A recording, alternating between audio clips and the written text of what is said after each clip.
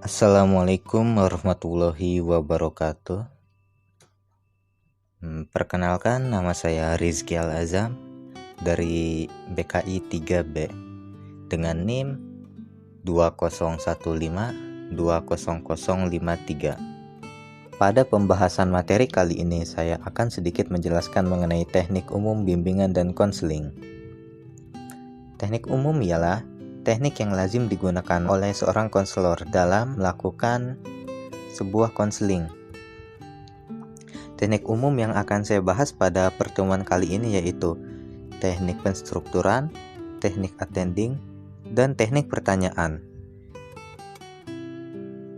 Yang pertama, teknik penstrukturan. Teknik penstrukturan sendiri merupakan suatu teknik di mana seorang konselor menjelaskan semua hal yang berkaitan dengan bimbingan dan konseling, mulai dari dasar bimbingan dan konseling, kondisi, batas, dan tujuan dari proses konseling kepada seorang konseli atau kepada klien yang ingin dikonseling. Pada teknik penstrukturan sendiri mencakup peran konselor maupun konseli, waktu yang diperlukan dalam proses konseling, membatasi masalah, dan memahami tujuan yang harus dicapai dalam proses bimbingan dan konseling tersebut. Isi penstrukturan itu sendiri tidak lepas dari pertanyaan-pertanyaan yang berisi tentang apa itu konseling, bagaimana konseling itu dilakukan, kemana arah dan tujuan konseling itu, apa saja asas-asas pokok yang menangani proses konseling, dan bagaimana peran seorang konselor dan klien dalam proses konseling.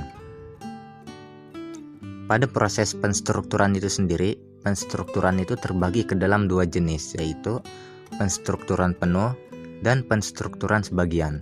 Penstrukturan penuh yaitu penyampaian semua isi atau materi penstrukturan kepada konseli yang belum mengetahui konseling atau yang baru pertama kali menjalankan proses konseling.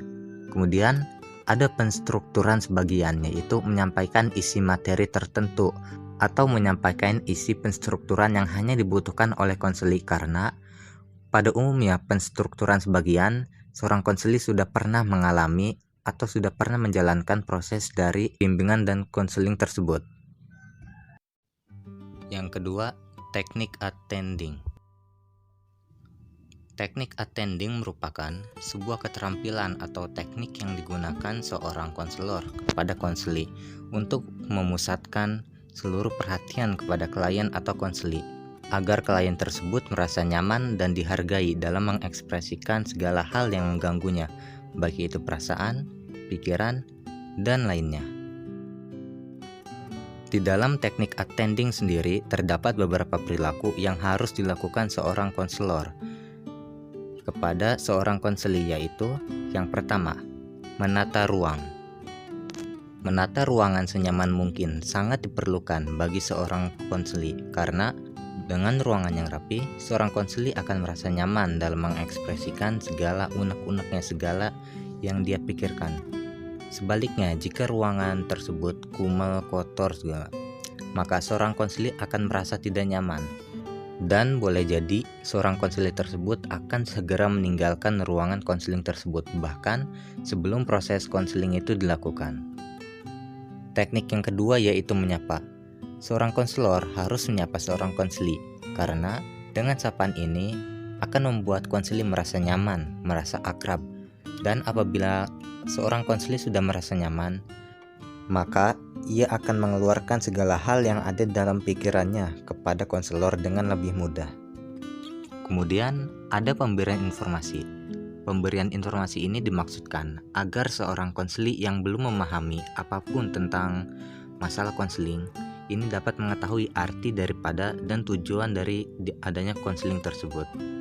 Selanjutnya ada observasi. Observasi ini diperlukan sebagai bahan awal untuk melakukan proses konseling ke depannya.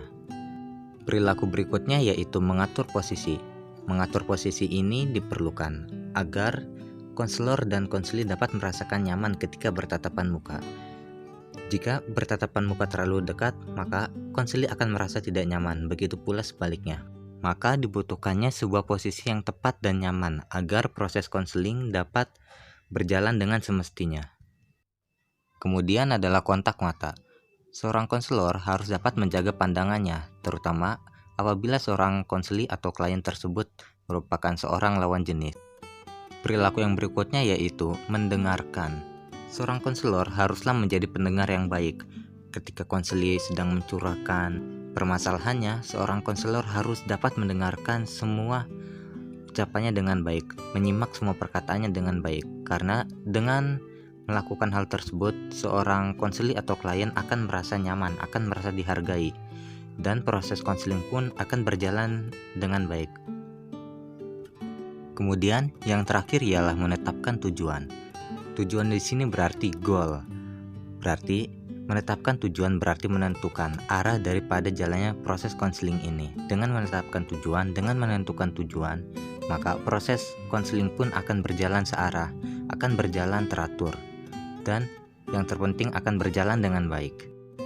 Teknik yang berikutnya yaitu teknik pertanyaan. Teknik pertanyaan merupakan sebuah teknik di mana seorang konselor melemparkan sebuah pertanyaan untuk dijawab seorang konseli dengan tujuan mendapatkan jawaban yang diinginkan. Teknik pertanyaan sendiri terbagi menjadi dua jenis. Yang pertama, teknik pertanyaan terbuka.